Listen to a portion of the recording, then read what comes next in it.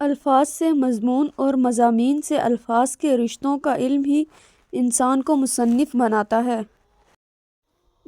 جس آدمی نے حصول زر کو مقصد حیات بنایا، اس کے لیے کسی اور قسم کی بندش اور پابندی بے معنی ہو کر رہ جاتی ہے۔ انسان کی سوچ کتنی لامحدود ہے کہ وہ ہر چیز کے بارے میں سوچ سکتا ہے، لیکن یہ سوچ کر شرمندہ ہو جاتا ہے کہ انسان خود ہی محدود ہے۔ انسان مسافر خانوں میں ہمیشہ آباد رہنا چاہتا ہے، قبرستان میں کھڑے ہو کر اپنے ہمیشہ رہنے کا بے بنیاد دعویٰ کرتا ہے۔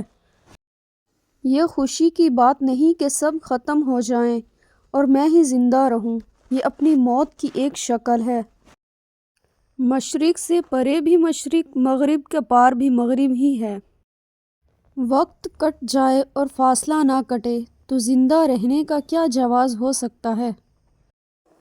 ہم عجیب لوگ ہیں، مواقع ضائع کر دیتے ہیں اور پھر ان کی تلاش شروع کر دیتے ہیں۔ ایک بے قرار دل اگر غزل کہہ دے تو ہزاروں بے قرار دلوں کو قرار آ جاتا ہے۔